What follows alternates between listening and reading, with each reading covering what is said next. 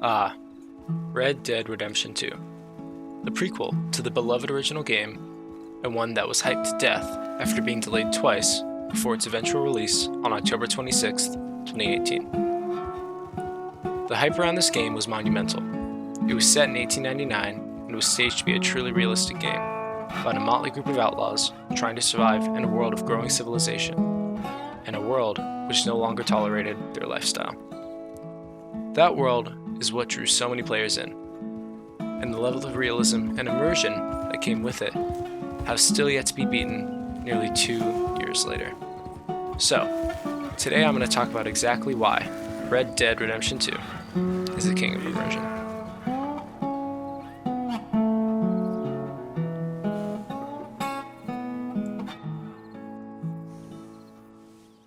A video essay. Kinda. The first section I want to talk about is purely the game world and its activities. Red Dead offers a lot of activities, but the one that stands out the most is the hunting. You're first introduced to hunting in the first chapter, one with Charles, and he explains to you the basis of remaining quiet and undetected, tracking marks, using the correct weapon, and aiming for lethal spots. But the system goes much deeper, with an example being your smell. You have to bathe, otherwise smell-dependent animals will have an advantage in noticing you. But it's not just the intricacies that make the game so immersive, but the scale. You have the ability to hunt and kill over 200 species of animals. Arguably more impressive, however, is the dynamic weather cycle, with which animals and NPCs react accordingly. When I was exploring the plains of the Heartlands, suddenly dark clouds overcame the horizon and lightning struck, scaring the nearby horses around me. It's this level of realism that sets the game apart from so many others in the same genre. But it doesn't just stop at the hunting. You have endless options to acquire what you want. You can ride into towns and visit a local doctor if you need some medicine. You can stop by the sheriff's office and pick up a bounty on a wanted man. You can buy a drink at the saloon or play poker with some drunks. You can go to a gunsmith to buy some protection, or even get a bath at the hotel. As you can see, the freedom here is unparalleled, and all mixed for a game that makes you truly feel involved in the world.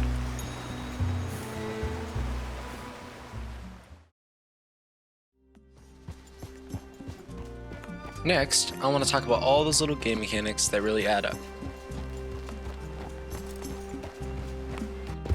Rockstar has always been known to go overboard on small details, but the amount in Red Dead is staggering. When you pick up animals, you can get blood on your clothes, and similarly, after falling in dirt and mud, your clothes can also become filthy, leaving you to either take a bath or ride through some water to clean them off. You can keep your horse clean by brushing and riding through water too, which will boost the bond between Arthur and his steed. Even your guns can become caked with mud and dirt over time, meaning you'll have to spiff them up with some gun oil to keep them in the best condition. Arthur's beard and hair grow slowly throughout the game as well, and you can shave them at camp if you want, or go to a barber to clean yourself up. Arthur has a variable weight, which can change depending on your health and how much you eat. And of course, there's a wanted system, where your actions can lead you to developing a bounty in certain regions, leaving you to pay it off at a later time, or surrender and serve your jail sentence. The honor system also reflects this, with Arthur's good deeds earning him a positive reputation, and the opposite for poor actions.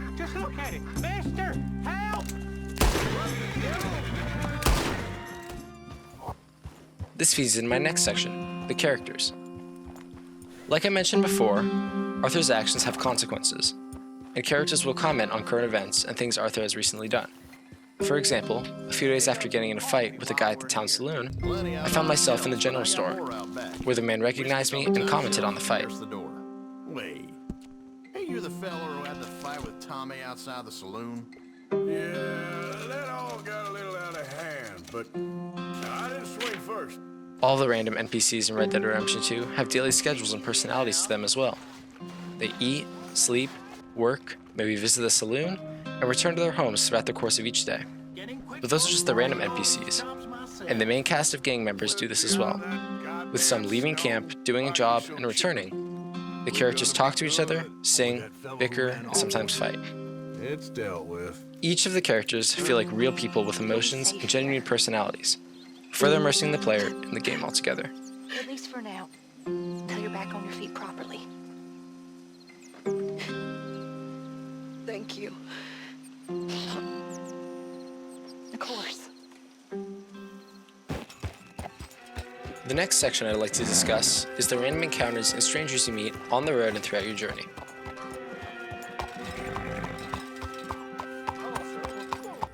On the road in Red Dead Redemption 2, there are a plethora of interesting random encounters, and they're coupled with the stranger missions. Similar to the Freaks and Geeks missions of GTA 5, the short side stories here focus on unique characters with well-developed backstories as Arthur attempts to assist them in whatever they need. An example could be the herbologist, who tasked me with finding various plants for him in the nearby vicinity. While traveling, you can run into these kinds of characters. Simple O'Driscolls, naked cannibals, the KKK show up as well, with a botched meeting occurring, resulting in the death of a couple of their members. Altogether, this variety and randomness gives the world life and depth.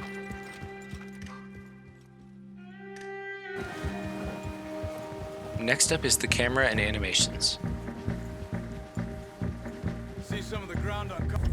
The camera is one of the more underappreciated aspects of this game.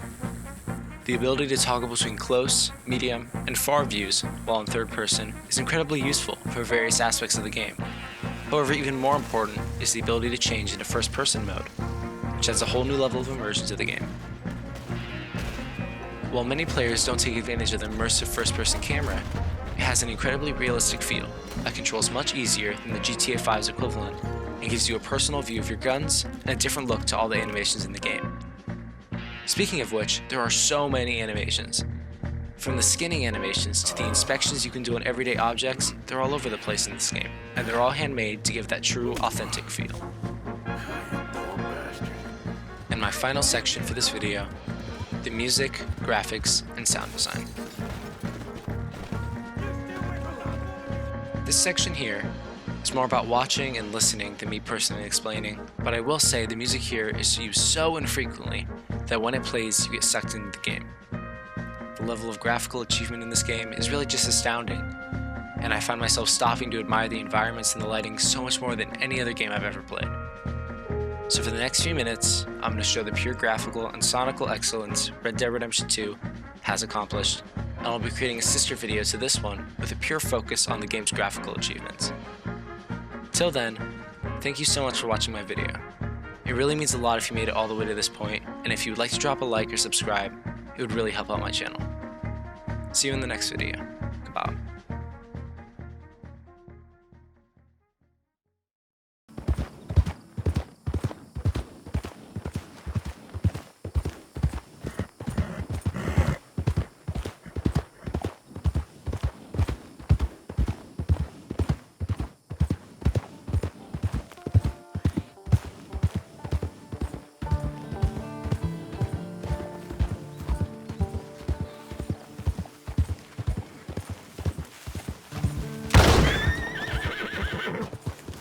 Settle.